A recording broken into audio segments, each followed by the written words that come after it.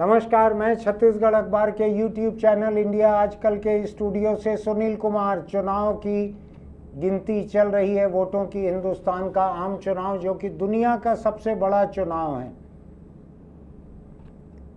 अभी सीटों के रुझान सामने आ रहे हैं, कुछ सीटों के रिजल्ट डिक्लेयर भी हो रहे हैं, लेकिन हम मोटे तौर पर रुझान को लेकर बात करेंगे। आज स्टूडियो में हमारे साथ छत्तीसगढ़ के एक सबसे वरिष्ठ राजनीतिक विश्लेषक डॉक्टर सुशील त्रिवेदी भी मौजूद हैं। वो यहाँ छत्तीसगढ़ में मुख्य निर्वाचन आयुक्त रह चुके हैं, रिटायर्ड IAS अफसर हैं।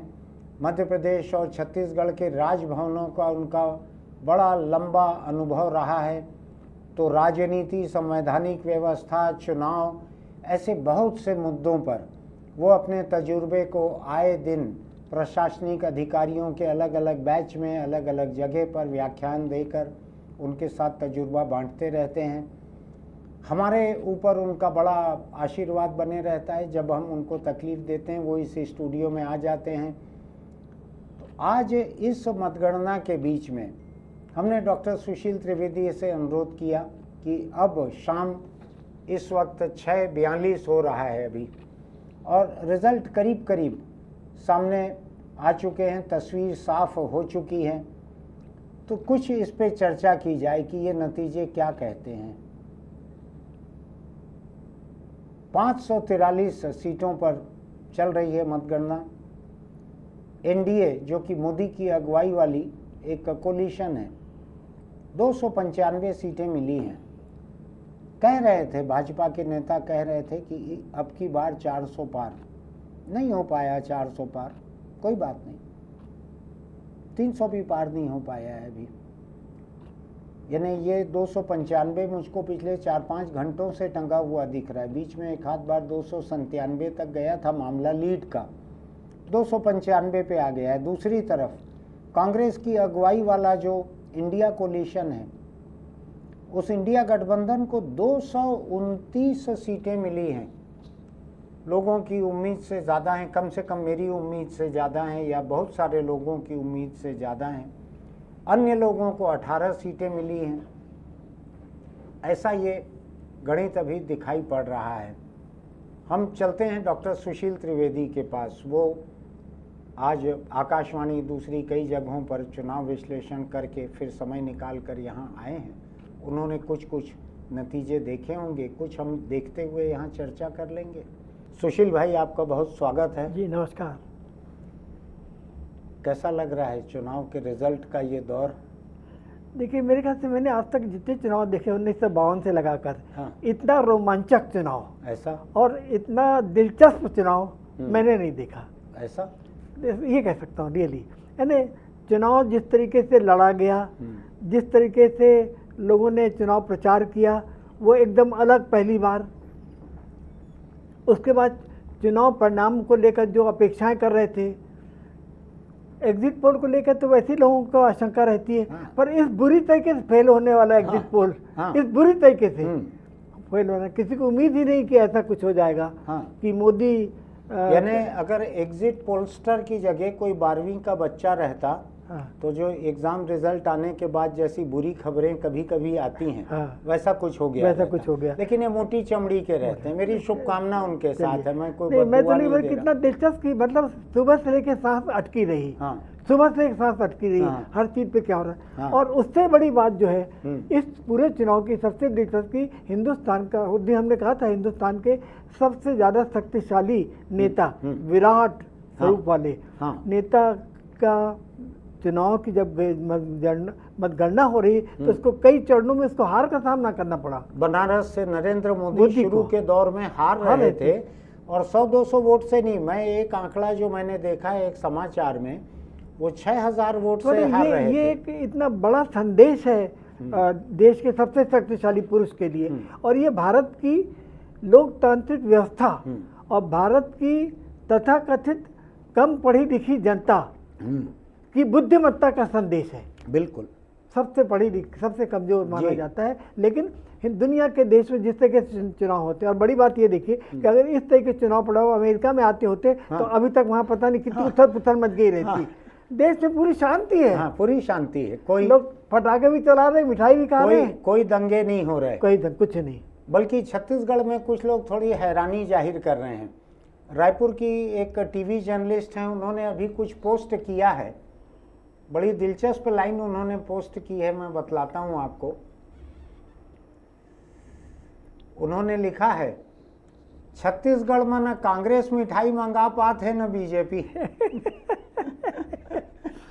यानी मैं ये रिजल्ट के ये आंकड़े जो हैं, हाँ, इनको आते चौथा पांचवा घंटा चल रहा है। हमारे प्रेस के ठीक सामने बीजेपी का ऑफिस है। हाँ। अभी 20-25 मिनट पहले ही फटाके शुरू हुए हैं। इन 25 मिनट में नया कोई रिजल्ट नहीं आया। सारे रिजल्ट 5 घंटे से ज्यों के त्यों बने हुए हैं। तस्वीर 5 घंटे से साफ है। समझ नहीं पा रहे थे कि खुशी मनाएं कि न मनाएं। ऐसा ही कांग्रेस के साथ है। देश में कांग्रेस के अगुवाई वाला जो इंडिया कोलिशन है वो खुशी मनाने की हालत में है। छत्तीसगढ़ में 11 में से कुल 1 सीट मिल रही है कोरबा की, ज्योत्सना महंत जहाँ से जीतते दिख रही हैं या जीत तय है उनकी। तो समझ नहीं पा रहे हैं बीजेपी के और कांग्रेस के लोग की खुशी मनाएंगे कि कोई अनुशासन की कार्रवाई हो जाएगी। इससे बड़ा ट्रेजिक कॉमेडी क्या होगा? क्या जिस ट्रेजिक कॉमेडी की हम बातचीत करते हैं लिटरेचर में कि ट्रेजिक है कि कॉमेडी है। भाजपा अगुवाई वाला एनडीए गठबंधन जो है वो 400 से अधिक सीटों का दावा कर रहा था। उसको अभी 294 मिली हैं। 6 सीट बाकी है 300 पहुंचने में। 295, 98 से 97, 96, 95, 94 हो गया है। दूसरी तरफ इंडिया गठबंधन जो है 230 हो गया है। भाजपा को अगर कहें एनडीए के भीतर भाजपा को, तो 239 सीटें उसको मिल रही है। यानी पिछले चुनाव में जो भाजपा ने अपने दम पर सरकार बनाने की स्थिति पे थी, 303 सीटें थी पिछले चुनाव में, इस बार 239 रहेगी। 64 सीटों का नुकसान हुआ है, 64 सीटों का। और एनडीए के बाकी गठबंधन और एनडीए के बाकी पार्टियां जो है एनडीए की, उनका नुकसान कम हुआ है। आप दिलचस्प बात देखिए, एनडीए के भीतर भाजपा का नुकसान ज्यादा हुआ है। भाजपा की सीटें ज्यादा गिरी हैं, बाकी पार्टियों की सीटें कम गिरी हैं। और कांग्रेस को पिछली बार 52 सीटें मिली थी, इस बार 99 मिल रही हैं। 47 सीटों का फासला है। भाजपा 64 सीटों से नीचे, कांग्रेस 47 सीटों से ऊपर। बड़ा फेरबदल हुआ है, बड़ा फर्क पड़ा है। ये कांग्रेस की 99 सीटें हैं, कांग्रेस 99 के फेर में पड़ी हैं। क्रिकेट के खेल में आप कुछ एक बैट्समैन जानते होंगे जो 99 पे आते ही दहशत में खेलते हैं और आउट हो जाते हैं, कि आउट ना हो जाए, कहीं दहशत में खेलते हैं। 99 का फेर कहते हैं उसको। कुछ ऐसा हाल अभी कांग्रेस का है। हालांकि कांग्रेस कुछ कर नहीं सकती है, उसके हाथ में तो अब ईवीएम और काउंटिंग भी नहीं है, उसके हाथ में तो चुनाव आयोग भी नहीं है। तो सुशील भाई, जो आंकड़े हैं ये कि 400 पार कह रही थी एनडीए, खासकर भाजपा के नेता कह रहे थे, कहाँ पहुंच रही है गाड़ी? ये 300 नहीं पहुंच रही है अभी तो। देखिए, इसके 3-4 आपके सवाल के 3-4 आयाम हैं जी। पहला आयाम तो कि प्रधानमंत्री और उनकी पार्टी ने घोषणा की कि अब की बार 400 पार। जी।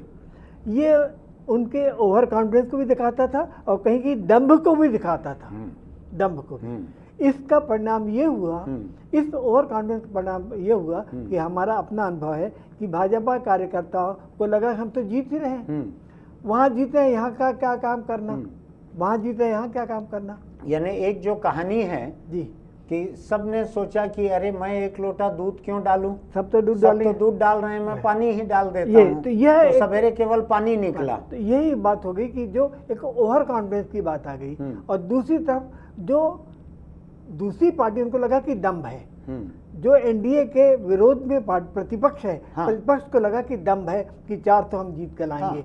उनको पता कि वो तो चूंकि जमीन पे काम कर रहे थे, उनको पता था कि महंगाई इतनी है, बेरोजगारी इतनी है ना, मुद्रास्फीति इतनी ज़्यादा है ना, इतनी ज़्यादा परेशानियां हैं लोगों को। तो उनको ऐसे में कैसे होगा, और ये 400 सीट का दावा करना एक दम्भ है। तो एक तरफ तो समझ जाइए भाजपा के लोग ढीले पड़ गए। और दूसरी तरफ इनको लगा कि हमें ये जब इतनी 400 करे, और उनका जब कहना ये दावा कि कांग्रेस अभी ढाई में वो इकाई में आ जाएगी, हाँ हाँ, वो इकाई में आ जाए, तो हाँ। अब हम इकाई पे ना जाएं, हम अपनी दहाई को कम से कम तिहाई तो ले जाएं। इसके लिए इनको अतिरिक्त काम करना पड़ा।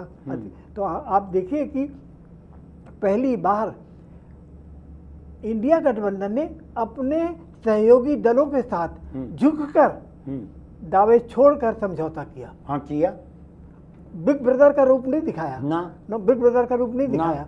और जहाँ पे कोई राजी नहीं हुआ तो चलो ठीक है, टीएमसी राजी नहीं तो मत राजी नहीं है तो ठीक है, तुम रहो। वहाँ कांग्रेस के लोकल लीडर जो हैं बंगाल के अधीर रंजन चौधरी, वो अपनी आदत के मुताबिक दुनिया भर की उल जलूल बातें ममता के खिलाफ बोलते रहे, लेकिन ममता ने उसके बावजूद कहा कि मैं इंडिया कोलिशन के साथ बने रहूंगी, मैं समर्थन करूंगी उनका। ये डेमोक्रेसी का सबसे बड़ा रूप है, बहुत कि अच्छा। जब आप अपने प्रतिपक्ष को और अपनी विरोधी बातों को भी स्वीकार करते हैं जी, ये जो बात एनडीए में संभव नहीं है, जो बात एनडीए में संभव नहीं थी, हाँ। जो बात इंडिया गठबंधन में हुआ, हाँ। कि आप अपने साथियों की ऐसी बातें जिनसे आप सहमत नहीं, उन बातों के लिए भी उसको स्पेस देना। बिल्कुल। तो जो स्पेस देने की बात है, हाँ। ये बड़ी, और इसी का लाभ मिला हाँ। कि हम देखते हैं कि सुनील जी इस चुनाव में एक बार फिर से क्षेत्रीय दल इसलिए फिर से उभर कर आ गए। ये क्षेत्रीय दल वाला जो आपने कहा, मैं सुबह से इसके बारे में सोच रहा था,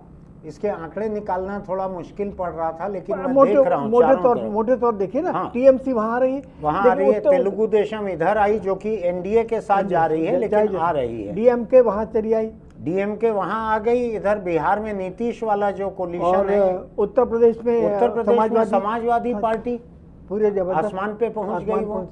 और नॉर्थ ईस्ट में भी उसी तरीके से जो स्थानीय दल हैं उसी तरीके से। तो ये एक बार फिर से देखिए कि एक बार जब एक राज्य क्षेत्रीय दल से निकल गया है, इसकी चर्चा करना चाहिए, जो अलग है वो है ओडिशा। राज्य भी निकल गया और पार्लियामेंट की सीटें भी वहाँ उनके हाथ से निकल गई। देखिए पहले उनके पास बड़ा समझौता चलता था नवीन बाबू का। हाँ। नवीन बाबू ये पहला मौका है, ये पहला मौका है जो भाजपा के राष्ट्रीय नेताओं ने उड़ीसा जाके चुनाव प्रचार में नवीन पटनायक के खिलाफ आक्रामक तरीके से कहा सब कुछ, इसके पहले तक नहीं कहते थे। एक मैं थोड़ी सी अलग बात करूं, हाँ थोड़ी सी अलग बात है, आपकी बात से सहमत होते हुए जी। एक आरोप है नवीन बाबू पे, हाँ। कि उन्होंने अपना सारा कामकाज एक आईएएस अफसर पांडियान के हाथ में पांडियान को दे दिया है, शायद वो अगला मुख्यमंत्री उसको बनाना चाहते हैं। उसी को लेकर लगा कि भाई कि एक गैर उड़िया व्यक्ति, गैर उड़िया भाषी व्यक्ति और एक बाबू। और मेरा अपना अनुभव है, एक बड़ा अच्छा इंटरव्यू बहुत साल पहले, 15-20 साल पहले यशवंत सिन्हा का था, कि राजनीतिक दल कभी भी आईएएस अधिकारियों को पसंद नहीं करते, और आईएएस अधिकारी आमतौर पर सफल नहीं होते। उन्होंने सिर्फ 2-3 नाम लिए थे, एक मैं स्वयं खुद यशवंत सिन्हा, दूसरे अजीत जोगी, और एक कृष्ण कुमार थे, आपको याद होगा कि याद है। ऐसे गिने चुने लोग होते हैं, अन्यथा सफल नहीं हो पाते। हम छत्तीसगढ़ में भी देखते हैं कि बहुत सारे आईएएस अफसर राजनीतिक दलों में घुसते हैं लेकिन सफल नहीं होते। तो ये जब एक राजनीतिक अधिकारी, आईएएस अधिकारी के रूप में, कि पहले भी राज करते रहे अब फिर राज करेंगे, ये मेरे ख्याल से ये जो भावना है पांडियान का बीजेडी की राजनीति में, बीजू जनता दल की राजनीति में प्रवेश करना उनके लिए हानिकारक सिद्ध हुआ। 2 चीजें वहाँ और थी, एक तो नवीन पटनायक उड़िया बोलना नहीं जानते, ये एक बात रही। दूसरा, उनके मंत्री भी उनसे जब चाहे तब नहीं मिल सकते, दूसरी बात। तीसरी बात, छत्तीसगढ़ से जो पुरंदर मिश्रा उड़िया भाषी हैं, ये वहाँ गए थे प्रचार करने के लिए जगह जगह, तो इनके कुछ वीडियो वहाँ से मेरे पास आए, उनको देख रहा था मैं, तो पूरी उड़िया तो नहीं समझ पाया, लेकिन जितना समझ पाया उसमें एक अंग्रेजी की लाइन ये यूज़ करते थे स्टेज से बार बार, 8 PM no CM। 8 PM no CM, 8 बजे बाद 8 PM जो है 8 बजे का समय भी रहता है, 8 PM एक दारू का ब्रांड भी है, मैं ब्रांड प्रमोट नहीं कर रहा हूँ। तो नवीन पटनायक के बारे में ये रहता है कि 8 PM नो CM, 8 बजे के बाद वो किसी को हासिल नहीं रहते। अब ये ब्रांड जो है इसका इस्तेमाल करते हैं नहीं करते हैं उसको वो जाने, बंद कमरे में। लेकिन मैं आपको एक स्कैंडलस बात बतलाता हूँ। कुछ लोगों का ये कहना है और मैं बिल्कुल कानूनी कार्रवाई को ध्यान में रखते हुए बोल रहा हूँ, मैं लॉ ऑफ डिफेमेशन पढ़ाता हूँ। 8 बजे के बाद नवीन बाबू जो हैं वो महिलाओं के कपड़े पहनकर घर के भीतर बंद घर में डांस करते हैं, ऐसी चर्चा है। एक तो मिलते नहीं हैं किसी को, इसमें कोई नई चीज़ नहीं है। आपको ध्यान होगा जानकी वल्लभ पटनायक थे वहाँ पे, बहुत है अपना, बहुत ज़्यादा है। नहीं, उड़ीसा में खासकर जानकी वल्लभ पटनायक थे, हाँ, एक मुख्यमंत्री। उनके समय आपको ध्यान होगा इंडियन एक्सप्रेस ने उनके ऐसे कई स्कैंडल, बड़े बड़े छापे थे, ये ध्यान है आपको। वो भी बड़े योग्य व्यक्ति थे ये। हाँ, लेकिन अब योग्यता के साथ में ये मानवीय कमजोरियां किसी किसी की रहती हैं तो रहती हैं। ये इनके खिलाफ गया, तो ये इनके खिलाफ गया। दूसरा ये है कि न ये उड़िया बोलते, न पांडियान उड़िया बोलता, शायद नहीं बता दिया। दूसरा वो राज्य के बाहर का है, पांडियान दूसरे प्रदेश का है। वहाँ चर्चा ये थी कि ये उसको मुख्यमंत्री बनाने वाले हैं अगला।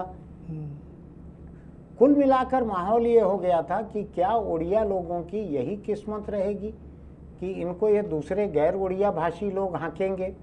भले वो पांडियान वहाँ लोकप्रिय रहे, लेकिन निर्वाचन जो है लोकतंत्र में, चुनाव जो है वो एक अलग चीज़ रहती है। तो एक क्षेत्रीय पार्टी नुकसान झेली है अभी वहाँ पर। अगर आप देखेंगे तो बीजेपी जो है वो सरकार बनाने जा रही है ओडिशा में, और बीजेपी को ही वहाँ संसद की ज़्यादा सीटें मिली हैं। आपने अपने सवाल का उत्तर स्वयं दे दिया कि क्षेत्रीय पार्टी अपनी क्षेत्रीयता, हाँ, क्षेत्रीय अस्मिता को आपने बढ़िया कहा ये कि जब इन्होंने उड़िया भाषा की उपेक्षा कर दी, ना खुद बोलते ना इनका अफसर बोलता। जब उड़ीसा के बाहर के अफसर को ये उड़ीसा के लोगों का मुखिया बना के बिठाने के चक्कर में है, तो अस्मिता की फिक्र। और अब यहाँ देखिए जोगी जी भी छत्तीसगढ़ी में बात करते थे, छत्तीसगढ़ी अफसर छत्तीसगढ़ी में बात करते थे, है ना, और सारे मुख्यमंत्री सारे छत्तीसगढ़ी में बात करते हैं।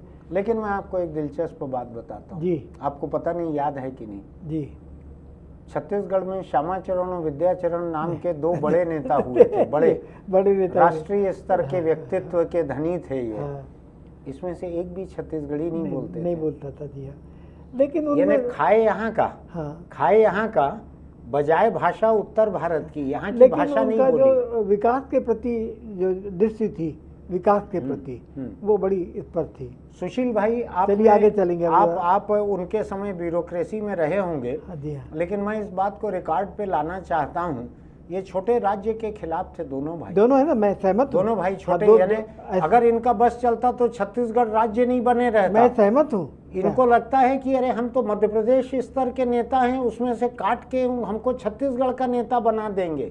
दोनों खिलाफ थे छोटे राज्य के, इसीलिए दोनों को अंत में बुरी पराजय का सामना। बिल्कुल उसी के लायक भी थे। चलिए आगे चलते हैं अपन आज के रिजल्ट में। तो क्षेत्रीय पार्टियों का मुद्दा जो आपने कहा ये बहुत महत्वपूर्ण है कि दोनों ही कोलिशन, कांग्रेस के अगुवाई वाला इंडिया कोलिशन और एनडीए जो है वो अपने आप में पहले से चले आ रहा कोलिशन है, इन दोनों को समझ में आ गया कि क्षेत्रीय पार्टियां जो है इनकी कोई उपेक्षा करके नहीं चल सकता। आप पिगी राइड कर सकते हैं, छोटी पार्टियों पे सवार होके आप आगे चल सकते हैं। तो छोटी पार्टियां मुझको ऐसा लगता है एक बार फिर मेनस्ट्रीम चर्चा में महत्व पाएंगी, अवश्य पाएंगी, और नीतियां फिर वो जो होगी राष्ट्रीय, जैसे चंद्रा बाबू जितनी लीड से जीत के आ रहे हैं आंध्र में, तेलुगु देशम की सरकार जैसे बन रही है, तो ये मोदी सरकार में इनका वजन बहुत रहेगा। अगर आपको याद है जिस समय अटल बिहारी थे उस समय एनडीए में शामिल थी चंद्रा बाबू की पार्टी तेलुगु देशम। जब चंद्रा बाबू दिल्ली जाते थे, आपके साथ काम किए हुए एक सुनील टंडन छत्तीसगढ़ मध्य प्रदेश काडर के आईएएस थे, नौकरी छोड़ के वो बाद में चंद्रा बाबू नायडू के इंफ्रास्ट्रक्चर एडवाइजर हो गए। वो जब चंद्रा बाबू के साथ दिल्ली जाते थे, अटल बिहारी का कैबिनेट था, तो कैबिनेट मंत्री अपने अपने दफ्तरों में बैठ के चंद्रा बाबू का वेट करते थे।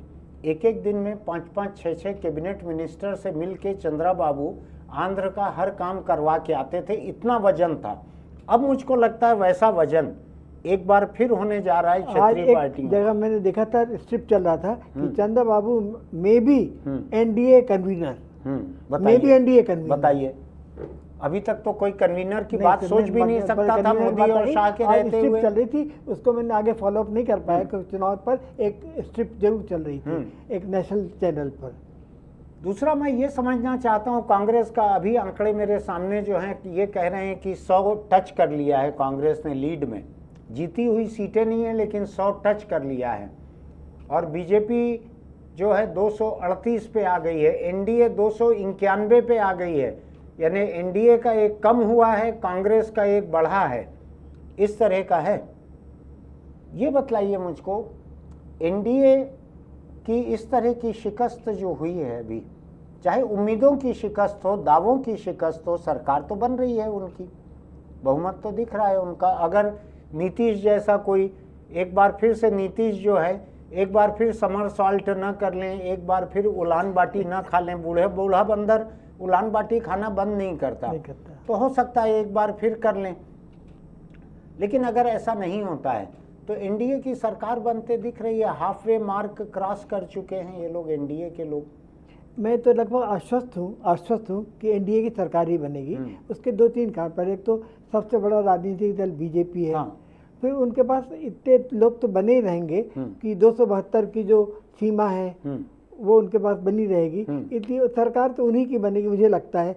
यद्यपि ये चर्चाएं चल रही हैं कि इंडिया गठबंधन भी जेडीयू के साथ संपर्क कर रहा है, टीडीएस के साथ भी टीडीपी के साथ भी संपर्क कर रहा है, दूसरे दलों के साथ भी संपर्क कर रहा है। पर मुझे नहीं लगता कि हिंदुस्तान की जो राजनीति है, राजनीति में देखते जिसका अपर हैंड होता है लोग उसकी तरफ ज्यादा झुकते हैं। तो इसलिए लगता है कि ये जो क्षेत्रीय दल हैं ये शायद ही इंडिया गठबंधन की ओर आएंगे। चंद्रा बाबू ने घोषणा की है कि हम एनडीए के साथ बने रहेंगे। नहीं, इसीलिए मैंने कहा कि मुझे, जो मैं एक सामान्य अपनी धारणा दे रहा था कि मुझे नहीं लगता कोई आएगा, इसलिए ही मैं मानता हूँ कि एनडीए की सरकार ही बनेगी। अब अपन दूसरी बात करें कि ठीक है एनडीए कुल मिला के जीत तो गई है, 10 साल के बाद भी जीत गई है, क्योंकि एंटी इनकम्बेंसी भी 10 साल में हो जाता है। मोदी सरकार के खिलाफ तो कई तरह की नाराजगी थी, जो नोटबंदी हुई थी वहाँ से लेके जीएसटी तक, और लॉकडाउन और जिस तरह का हुआ था कोरोना मिसमैनेजमेंट, कई तरह की नाराजगी थी, लेकिन फिर भी जीत गई 2 कार्यकाल के बाद। जो इंडिया गठबंधन जो है वो अपने तमाम बिखराव के बावजूद, इसके बहुत सारे नेता अलग अलग पार्टियों के जेल में पड़े हुए हैं, ईडी के केस में, सीबीआई के केस में, आईटी के केस में। ममता जैसे लोग जो बाहर हैं इनके भी नेता जेल में पड़े हुए हैं। इनको इतना जन समर्थन क्यों मिला है? जो मैं देख रहा हूँ ये अभी कि 233 सीटों पर आगे है इंडिया कोलिशन। बहुत बड़ा नहीं है, कुल 60 सीटों से कम का फर्क रह गया है। वस्तुतः 30 हो जाता है वो। हाँ, वस्तुतः 30 हो जाता है कि अगर 30 सीट इधर की उधर हो जाती तो ये खेल बदल गया रहता।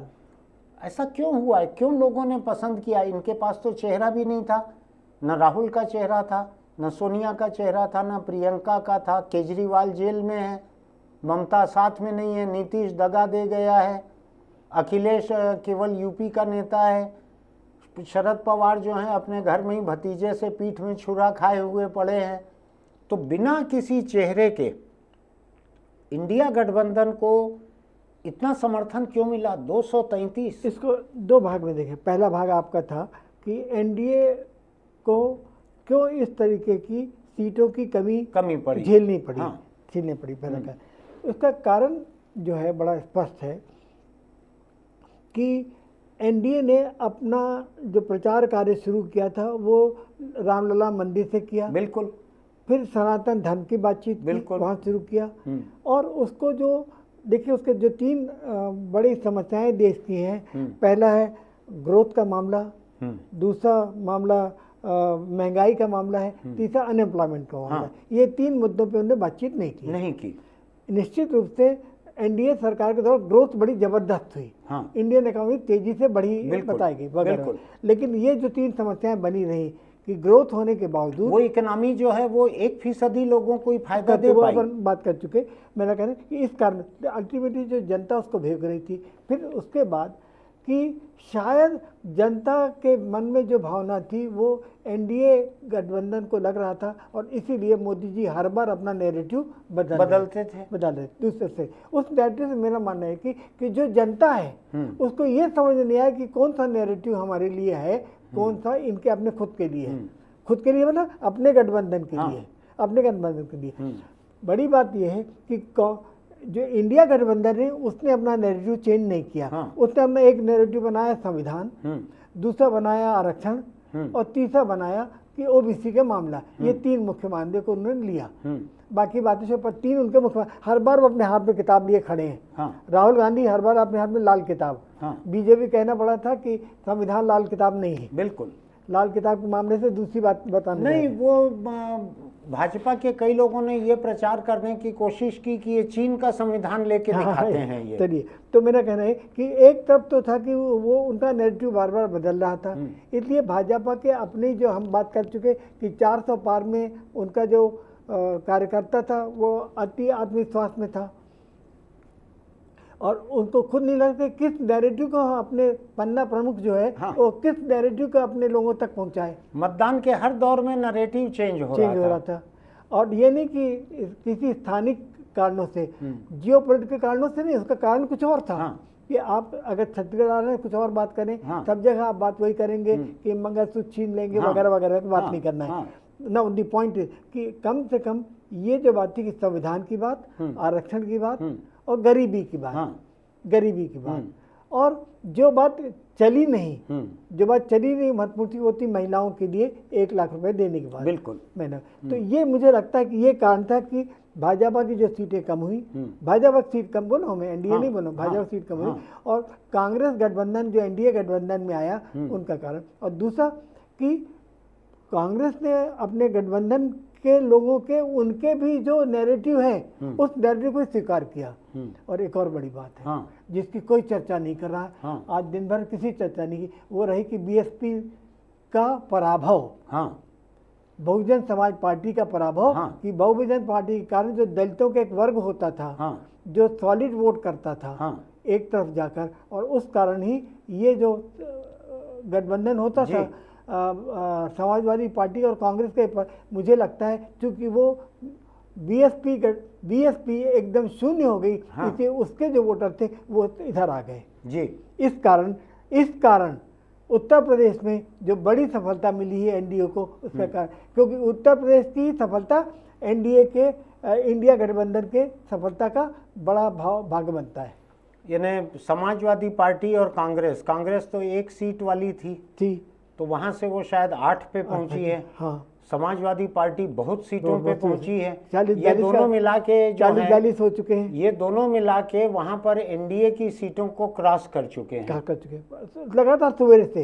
एक चीज बतलाइए मुझको, 4-5 दिन पहले से कुछ राजनीतिक विश्लेषक एक बात लिख रहे थे, गंभीर विश्लेषक लिख रहे थे एक बात को, कि 2004 में मोदी ने ये डिज़ाइन किया था कि अटल बिहारी न जीत के आए दोबारा, ताकि उनका कार्यकाल खत्म हो, एक वैक्यूम पैदा हो और आगे मोदी के लिए मौका बने। ऐसा गंभीर विश्लेषकों ने लिखा है। और उन्होंने लिखा था 4 दिन पहले कि उत्तर प्रदेश में योगी यही करने जा रहा है मोदी के साथ। मैं नहीं कहता कि योगी ने ऐसा किया है कि नहीं, या मोदी ने 2004 में अटल जी के साथ ऐसा किया था कि मैं नहीं कहता, लेकिन 4 दिन पहले कुछ गंभीर विश्लेषकों ने ये लिखा था कि योगी इस बार वही करने जा रहा है मोदी के साथ जो मोदी ने 2004 में अटल जी के साथ किया था, यानी इनकी सत्ता न लौट सके, ये प्रधानमंत्री न बन सकें दोबारा। ऐसा ये योगी का अपना तरीका है, क्योंकि योगी को आगे अपने लिए वो कुर्सी देख रहा होगा। ये बड़ी दिलचस्प बात है, शायद आगे कभी और इसके आगे हो सकता है खुलासा होगा इसका। जो गुप्त योजनाएं हैं वो शायद बाद में कहीं प्रकट हो कि क्या कोई गठबंधन, क्या क्योंकि सबसे बड़ी बात ये देखिए, आप जो हमारी बात में एक बात छूट रही थी कि बहुजन समाज पार्टी की जो भूमिका है, जिसको कि मैं मानता हूँ कि वो हमेशा भाजपा के साथ जाती रही। इस बार मुझे लगता है कि वो भाजपा के साथ नहीं गई। उसके वोटर भी नहीं गए, उधर उसके वोटर जो हैं वो समाजवादी पार्टी और कांग्रेस को उन्होंने वोट दिया, इधर आ गए। हाँ, इधर आ गए उनको। तो क्या योगी जी ने उसको छूट दे दी? क्या मोदी ने छूट दे दी कि उनके वोटर छुट्टा हो जाए? एक मैं नाम थोड़ा सा मिस कर रहा हूँ, उत्तर प्रदेश में एक बड़ा नेता है नौजवान दलितों का, जो मायावती के विकल्प की तरह उभर के सामने आ रहा है, चंद्रशेखर क्या नाम है, भूल रहा हूँ नाम में जी। वो कुछ 90-95 हज़ार से जीत रहे हैं चुनाव। उनकी कोई बड़ी पार्टी वगैरह नहीं है। मैं देखता हूँ नाम दिखेगा तो वो चर्चा करेंगे। तो बसपा जो है, बसपा का पराभव जो आपने कहा कि बसपा का पतन जो है, उससे भी उसके परंपरागत वोटर जो हैं वो इधर उधर छिटके हैं और छिटक के इधर गए हैं। अभी तो लग रहा है कांग्रेस और सपा के पास गए हैं वहाँ पर। इधर ही आए। छत्तीसगढ़ में भी ये चर्चा थी कि जो अनुसूचित जाति के जो वोट हैं यहाँ पर, वो कांग्रेस की तरफ जा सकते हैं। अलग अलग पॉकेट्स में गए हैं। अभी हर कॉन्स्टिट्यूंसी का मैंने देखा नहीं है रिजल्ट उतना बारीकी से, लेकिन ऐसी चर्चा थी यहाँ। शायद इसी जांजगीर की चर्चा जो हो रही थी बार बार, ऐसा शायद हुआ नहीं, ऐसा हुआ नहीं है, ऐसा हुआ नहीं। लेकिन ये भी हो सकता है कि ऐसा हुआ होगा, इसलिए इनकी जो डहरिया की जो हार है, वो 1 लाख के भीतर की है अभी। जबकि बड़ी बाकी अगर ऐसा हुआ रहता तो हो सकता है 2 लाख की हार रह जाती शिव डहरिया की। ये हो सकता है। तो ये एक हुआ। दूसरा मैं ये जानना चाहता हूँ, इंडिया गठबंधन में कांग्रेस ने, जैसा कि आप बतलाते हैं, बड़े भाई जैसा उसने दबदबा दिखाने में दिलचस्पी नहीं रखी। और एक वक्त था, आपको ध्यान होगा, जब यूपीए गठबंधन था और 10 बरस तक सोनिया गांधी उसकी मुखिया थी और सारे लोग उसके कंफर्टेबल थे सोनिया गांधी के साथ। शरद पवार, जिन्होंने सोनिया गांधी के विदेशी मूल को लेकर ही छोड़ी थी कांग्रेस पार्टी और नई पार्टी बनाई थी, वो भी कंफर्टेबल थे यूपीए के उस पूरे पीरियड में। बाद का जो पीरियड है 10 साल का, 14 से लेके अभी तक का, साल भर पहले तक का, ये राहुल गांधी के अगुवाई का वक्त था। ये इसमें पता नहीं क्या हुआ है कि लोग जो हैं, साथी जो थे इंडिया गठबंधन के या जो पहले यूपीए में थे साथ में, वो उतनी सहज नहीं थे। वो या तो राहुल गांधी मिलते नहीं थे, उपलब्ध नहीं रहते थे, थोड़ा विम्सिकल फैसले लेते थे, इरेटिक फैसले लेते थे, नहीं थे। लेकिन अभी खड़गे जब से लौट के आए हैं तो आप देखेंगे कि खड़गे ने राजस्थान में पायलट और गहलोत का झगड़ा खत्म करवाया, कर्नाटक में CM deputy CM sort out किया, छत्तीसगढ़ में एक झुंझुना दिया टीएस सिंहदेव को और इनको खुश कर दिया। जो आदमी 2.5 साल सीएम बनना चाहता था उसको 2.5 महीना डिप्टी सीएम बना के उन्होंने खुश कर दिया। तो आपको लगता है कि खड़गे के आने के वजह से भी इंडिया गठबंधन जो है ये थोड़ा कामयाब हो सका? देखिए, इसको आप इस तरीके से देखिए कि जिसको कहना चाहिए कि डिफेक्टो एंड डिज्योरे। तो डिफेक्टो तो गांधी परिवार ही था। हाँ। पर डिज्योरे जो थे वो खड़गे थे। हाँ। लेकिन खड़गे को पूरा सम्मान दिया। हाँ, पूरा सम्मान खड़गे इतने सीनियर थे कि वो बाकी लोगों से बात कर सकते थे। हाँ। देखिए, हमने पिछली अपनी बातचीत में कहा था कि राहुल गांधी इस बीच 2 यात्राओं के बाद अपने पप्पू वाले इमेज से उभर कर शहजादे की इमेज में आ गए। शहजादे उनके लिए, लेकिन देश के लिए लगा कि हाँ, एक व्यक्ति एक नौजवान नेता है और उनकी बातचीत भी अब बेहतर होने लगी। उनका जो संबोधन है बेहतर होने लगा। कहीं कहीं गलतियां होने की बात छोड़ दीजिए। तो इसका अब ये पक्ष हो गया कि डिफेक्टो लीडरशिप तो रही गांधी परिवार के पास। डिज्योरे रही खड़गे, और खड़गे डिज्योरे में खुश होकर सबसे बात करते रहे, सबसे बात और मेहनत की उन्होंने। उनका दक्षिण भारत का होना, फिर हिंदी भाषी होना, हिंदी और अनुसूचित जाति का होना, बिल्कुल ये उनके पक्ष में गया। और इस कारण दूसरे नेताओं को उनसे बात करने में सुविधा रही। खुद गांधी परिवार ने भी अपने आप को बिग ब्रदर वाला थोड़ा रुख बदला। यानी मालिक ने मुनीम रखा है ऐसा उन्होंने नहीं दिखने दिया कहीं। हर जगह सामने करना, जबकि इंदिरा गांधी से मनमोहन सिंह को जो सम्मान नहीं मिलता था, उससे ज्यादा सम्मान खड़गे जी को राहुल गांधी, प्रियंका गांधी देते रहे। बिल्कुल। तो सोनिया गांधी पीछे चली गई, कभी सामने आई तो भी खड़गे साहब सामने रहे। तो ये एक बड़ी बात है कि हाँ, जब गांधी परिवार अपने रहते हुए भी खड़गे को इतना सम्मान दे रहा है, इतना आगे बढ़ा रहा है, तो हम भी बाकी उनके साथ समझौता कर सकते और समझौता आगे चल सकता है।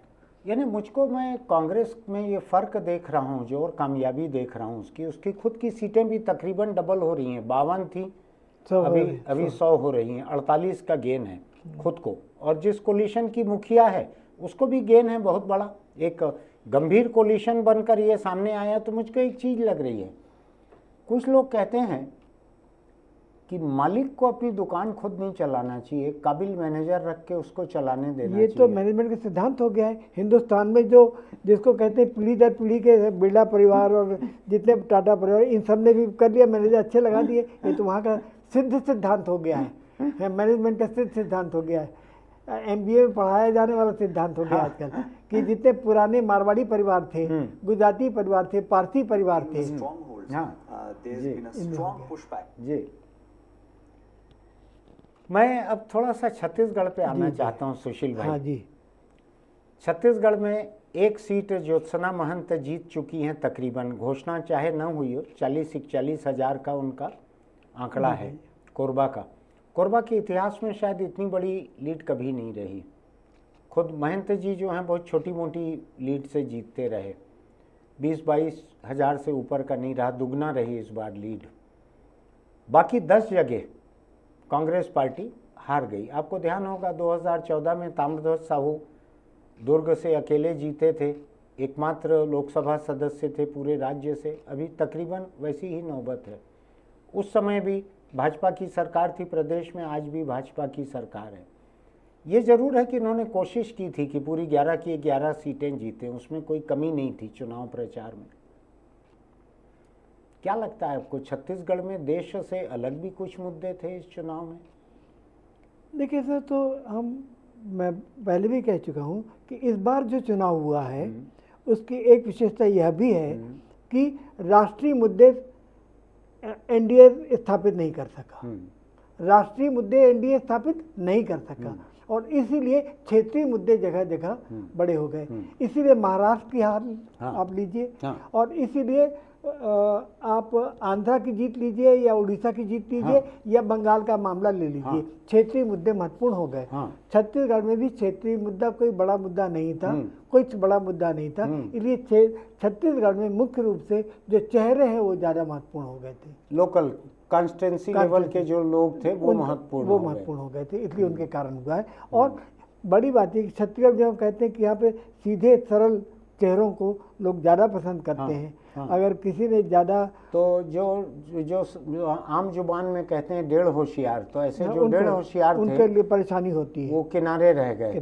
या जो अहंकार की जो बात हम करते हैं, एरोगेंस जो शब्द है वो ज़्यादा, जिनमें अहंकार ज़्यादा था, किसी भी पार्टी के रहे वो लोग निपट गए। विधानसभा चुनाव में भी आप देखेंगे कि जो अहंकारिता वाले थे ऐसे सारे विधायक निपट गए।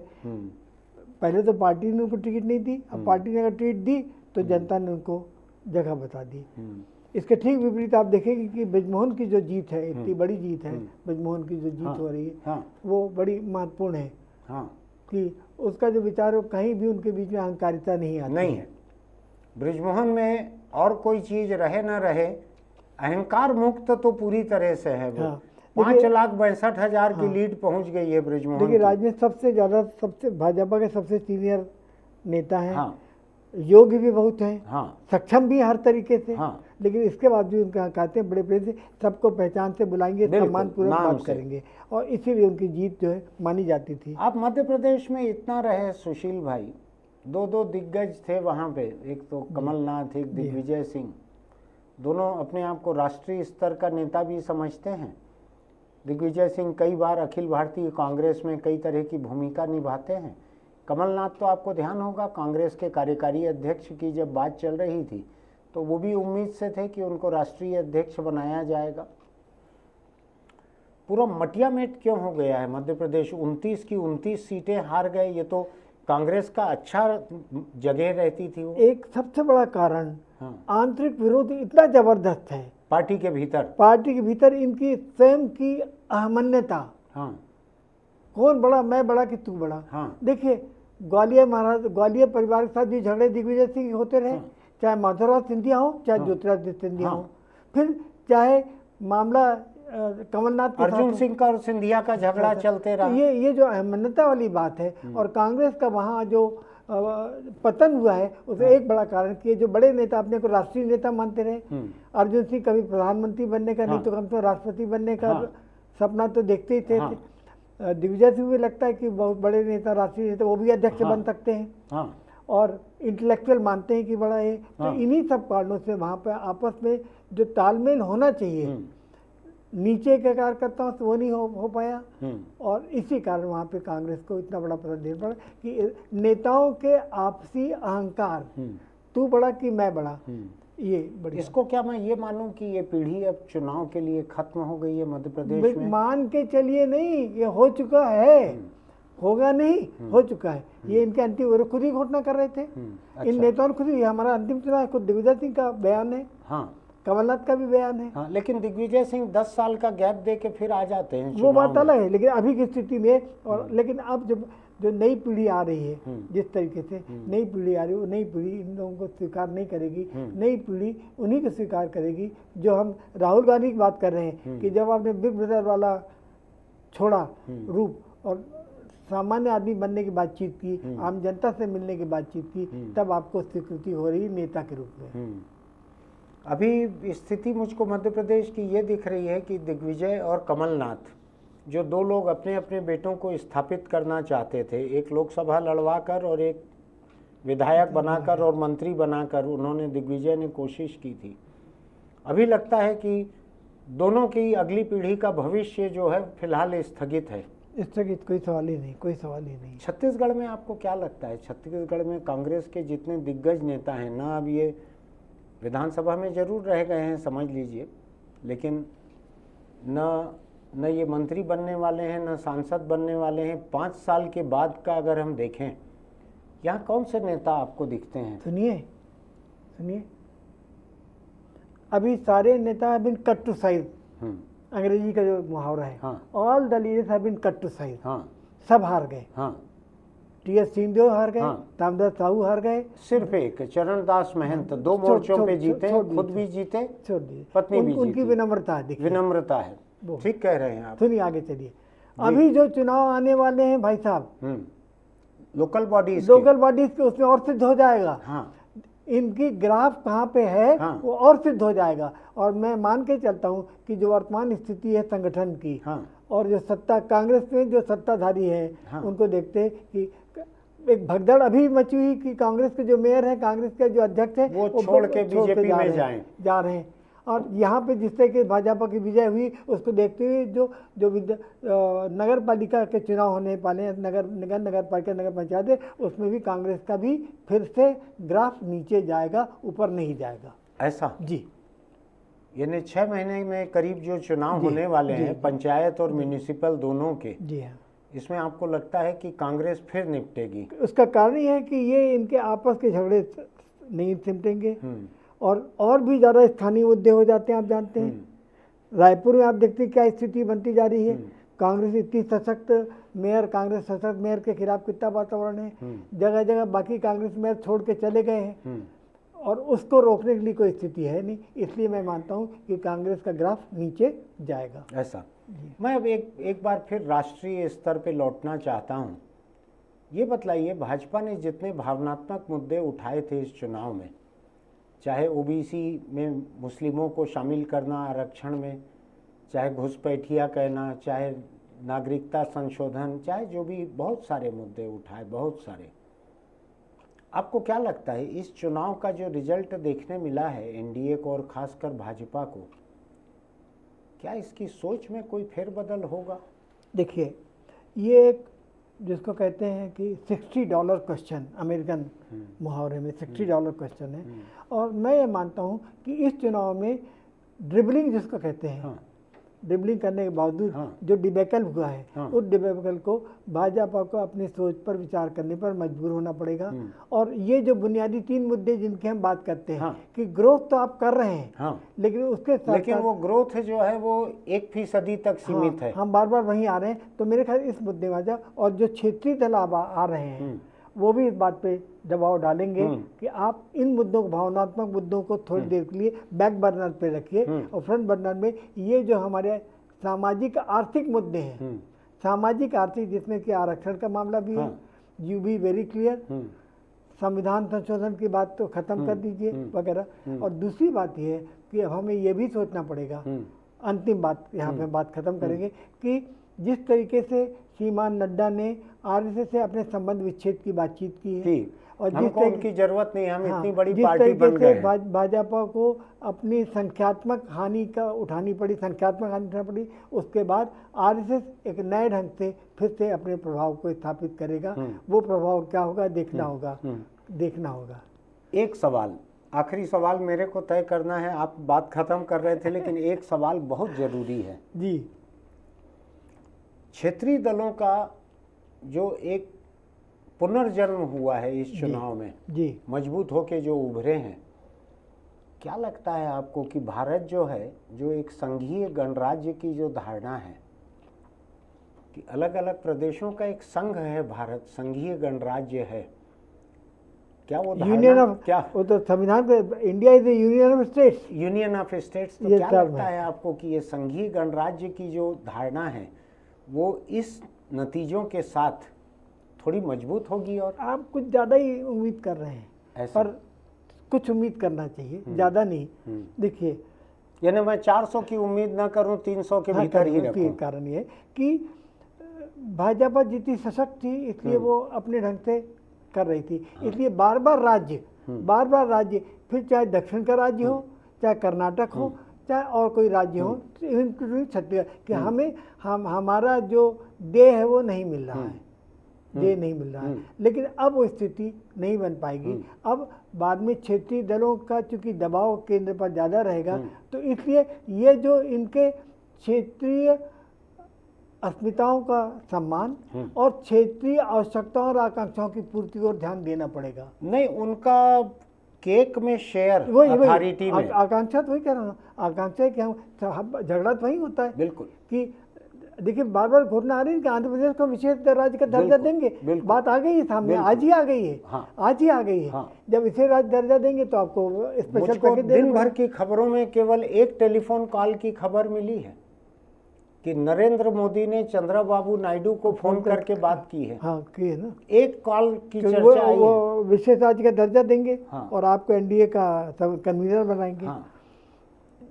तो संघीय व्यवस्था में ये होगा कि ये जो है अभी नया वित्त आयोग बना है, नया वित्त आयोग को इसको ज़्यादा ध्यान देना होगा, यानी उसकी जो सैद्धांतिक सहमतियां रहेगी, सरकार को सुनना पड़ेगा, उसको अपने विभाग की तरह शायद ट्रीट नहीं कर पाए, क्योंकि राज्यों की आवाज जो है पहले के मुकाबले मजबूत होगी, ऐसा लगता है। और प्रतिपक्ष भी तो मजबूत हो गया, बहुत मजबूत हो गया। अभी तो प्रतिपक्ष को तो आप इग्नोर कर देते थे, बहुत मजबूत हो गया। अब देखिए, ताजा आंकड़े में बतला के बात खत्म करता हूं। कांग्रेस 100 सीटों को छू रही है, रुझान में सीटें जीती नहीं है, 100 सीटों को छू रही है। भाजपा 238 सीटों को छू रही है। भाजपा की अगुवाई वाला एनडीए गठबंधन 291 छू रहा है, 300 के मैजिक फिगर से अभी दूर है, 9 नीचे है। इंडिया गठबंधन जो है 233 छू रहा है, अन्य पार्टियां 19 हैं। बड़ा पिक्चर क्लियर है। वोट शेयर जो है उसमें भी इंडिया गठबंधन जो है वो जरा ही पीछे है एनडीए से, 4-5% कुछ पीछे है। वो आंकड़ा मेरे पास यहाँ पर अभी नहीं है, लेकिन एक दिलचस्प चुनावी नतीजा आया है जो भारतीय राजनीति की रोमांचक भी है। भारतीय राजनीति की एक नई दिशा तय करेगा। ये लोगों को एक दूसरे को सुनना पड़ेगा, मानना पड़ेगा, और बिना किसी प्रधानमंत्री के चेहरे के भी इंडिया गठबंधन जहाँ तक पहुँचा है, ये छोटी बात नहीं है। हिंदुस्तान के बहुत सारे मीडिया के जितने मीडिया मुगल जो हैं, मीडिया के जो दिग्गज लोग हैं, जिनका चेहरा रोज़ टीवी पे छाए रहता है, जिन्होंने इंडिया गठबंधन को कभी इंडिया गठबंधन नहीं कहा था, इंडी कहते थे उसको, अपमानजनक तरीके से इंडी कहते थे। मुझको लगता है आज से इंडी बोलना कुछ कम होगा, आज से इंडिया गठबंधन बोलना शुरू होगा। हम देखते हैं इसके बाद नतीजे और जब साफ होंगे, इसके बाद फिर हम डॉक्टर सुशील त्रिवेदी से एक चर्चा करने की कोशिश करेंगे। आज की ये बातचीत बड़ी दिलचस्प रही, और जहाँ पे हमने बात को ख़त्म किया है कि क्या देश में एक संघीय व्यवस्था के महत्व का स्थापित होना, उसकी संभावना क्या बढ़ रही है इन चुनावी नतीजों से, आप भी सोच के देखिएगा। इसको गंभीर है सवाल, लेकिन सोच के देखिएगा। अगर आपको हमारी बात अच्छी लगती है तो आप हमारे इस YouTube चैनल इंडिया आजकल को सब्सक्राइब कीजिएगा, कोई फीस नहीं, नोटिफिकेशन की बटन दबाइएगा, लाइक कीजिएगा, कमेंट कीजिएगा, अपने दोस्तों को लिंक भेजिएगा। और हम आगे किसी राजनीतिक घटनाक्रम को लेकर कुछ दिनों के भीतर डॉक्टर सुशील त्रिवेदी से और बात करेंगे आपके सामने। नमस्कार सुशील भाई, बहुत शुक्रिया, धन्यवाद। फिर मिलते हैं।